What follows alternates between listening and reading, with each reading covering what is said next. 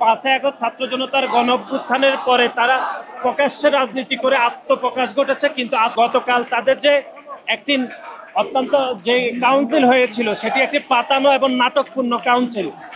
আমরা বাংলাদেশ জাতীয়তাবাদী ছাত্র দলের ৪৬তম প্রতিষ্ঠাবার্ষিকীতে বাংলাদেশের সাধারণ শিক্ষার্থীদেরকে আমাদের ছাত্র দলের পক্ষ থেকে আমরা শুভেচ্ছা জানাচ্ছি এবং বাংলাদেশ জাতীয়তাবাদী ছাত্র দলের প্রত্যেকটি নেতাকর্মীকে আমাদের কেন্দ্রীয় সংসদের পক্ষ থেকে আমরা শুভেচ্ছা জানাচ্ছি। আপনি জানেন যে বাংলাদেশে 5ই আগস্ট ছাত্র জনতার গণ অভ্যুত্থান পরবর্তী সময়ে বাংলাদেশের একটি সংগঠন যারা গত 15.5 বছর ধরে গোপন তৎপরতার মাধ্যমে রাজনীতি কায়েম করেছে, 5ই আগস্ট ছাত্র জনতার গণ অভ্যুত্থানের পরে তারা প্রকাশ্যে রাজনীতি করে আত্মপ্রকাশ ঘটেছে, কিন্তু আত্মপ্রকাশ ঘটলেও তারা প্রকাশ্যে রাজনীতি করতে চায় না। তাদের এক ধরনের রাজনীতি যেটি গোপন তৎপরতার মাধ্যমে সবসময় আপনি দেখেছেন, এবং গতকাল তাদের যে একটি অত্যন্ত যে কাউন্সিল হয়েছিল সেটি একটি পাতানো এবং নাটকপূর্ণ কাউন্সিল।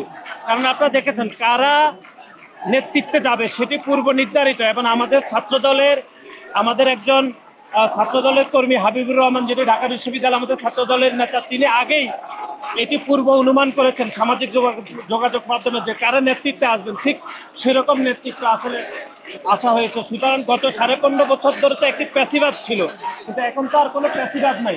তারপরও আপনি দেখেছেন সেই সংগঠন জনগণকে ধোঁকা দিয়ে, সাধারণ শিক্ষার্থীদেরকে ধোঁকা দিয়ে একটি নাটকপূর্ণ তারা কাউন্সিল করেছে, এবং কাউন্সিলের মাধ্যমে তারা নেতৃত্ব নির্বাচন করে তারা অপর ছাত্র সংগঠনগুলোকে তারা যে নাটকীয়তা উপহার দিয়েছে সেটি সাধারণ শিক্ষার্থীরা তাদের এই নাটকীয়তা নিয়ে ব্যাপকভাবে সন্দেহ প্রকাশ করছে। আমরা মনে করছি 21 শতক উপযোগী একটি মেধাভিত্তিক ছাত্র রাজনীতি বিনির্মাণে বাংলাদেশ জাতীয়তাবাদী ছাত্র দল গত 5 দশকেরও বেশি সময় ধরে প্রকাশ্যে প্যাসিবাদের বিরুদ্ধে আন্দোলন সংগ্রাম করেছি।